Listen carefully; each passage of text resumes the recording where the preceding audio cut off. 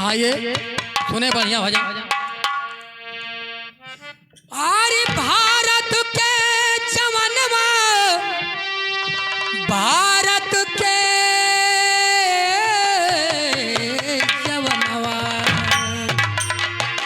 भारत के जवनवा, भारत के जवनवा, भारत के जवनवा, बुरे कमवा से जियरा बचाइली हो रे भारत के जवनवा।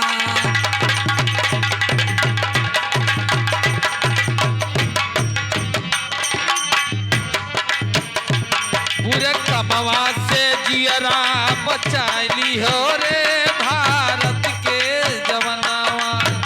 हे बुरे कमवा से जियरा बचाइली हो भारत के जवनवा। बुरे कमवा से जियरा बचाइली हो रे भारत के जवनवा।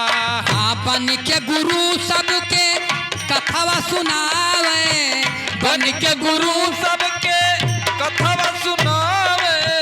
माई मरी तो लाश जलवावे, माई मरी तो लाश जलवावे।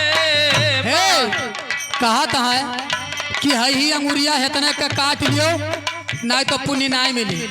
तो जब पुण्य का बात है तो एक अंगूर को कहे काटे खबरवा से ले जौने भर पेट पुण्य हो जाए। काहे कटाइए काट ले तो नहीं सही। हाँ बन के गुरु सबके कथवा सुनावे, बन के गुरु सबके कथवा सुनावे। बन के गुरु सबके कथवा सुनावे। माई मरी तो लाश जलवावे, माई मरी तो लाश जलवावे। माई मरी तो बाबा लाश जलवावे। कैसन जलवे में आई के बझाई गयो हो भारत के जवनवा। जलवा में आई के बझाए गयो रे भारत के जवनवा। कैसन जलवे में आई के फंसाई गयो रे भारत के जवनवा।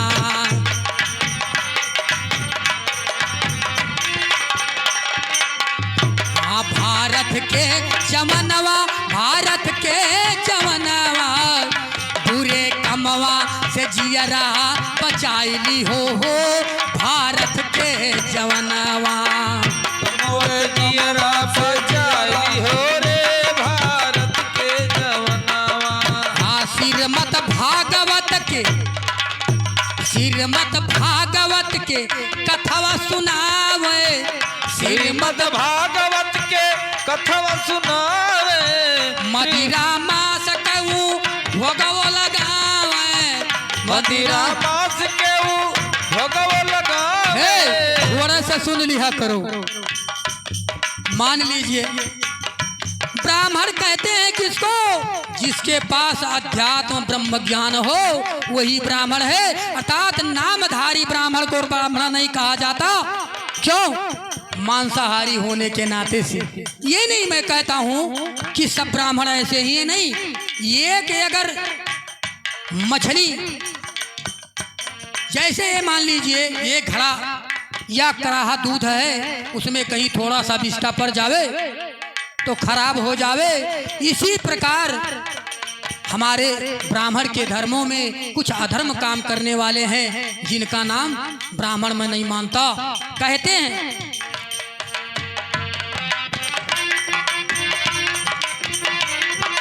हाँ श्रीमद् भागवत के कथवा सुनावे, श्रीमद् भागवत के कथवा सुनावे।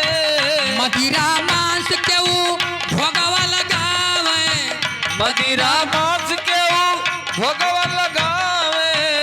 खानी बारी के अपने भुलाई गयो हो भारत के जवनवा। खानी बारी के अपने भुलाई गयो हो भारत के जवनवा।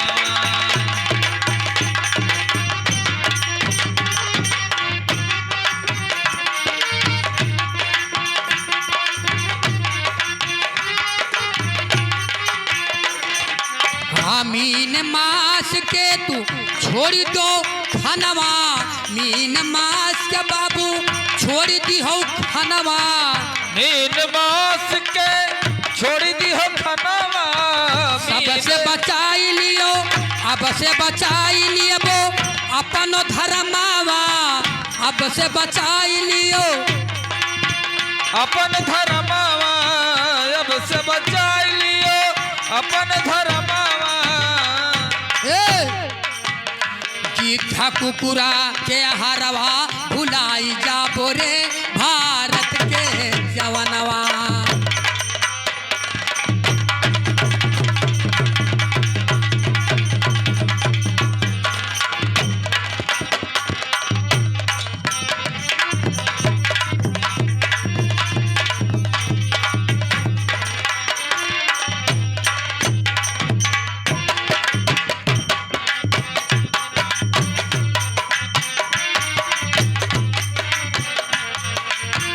कर जुअरे बाल किया सर बतावे, कर जुअरे बाल, कर जुअरे बाल किया सर बतावे। सदगुरु शब्द से तो ही क्या जगावे, सदगुरु शब्द से तू के जगावे। श्री सदगुरु कबीर जी बताए गए हो भारत के जवनवा। श्री सदगुरु कबीर जी लखाई गए हो भारत के जवनवा। जियरा बचाई हो रे भारत के जवनवा, पूरे कमवा से जियरा बचाई हो भारत के जवनवा। से जियरा बचाई हो रे भारत के जवनवा। बोलिए आनंद कंद भगवान की जय।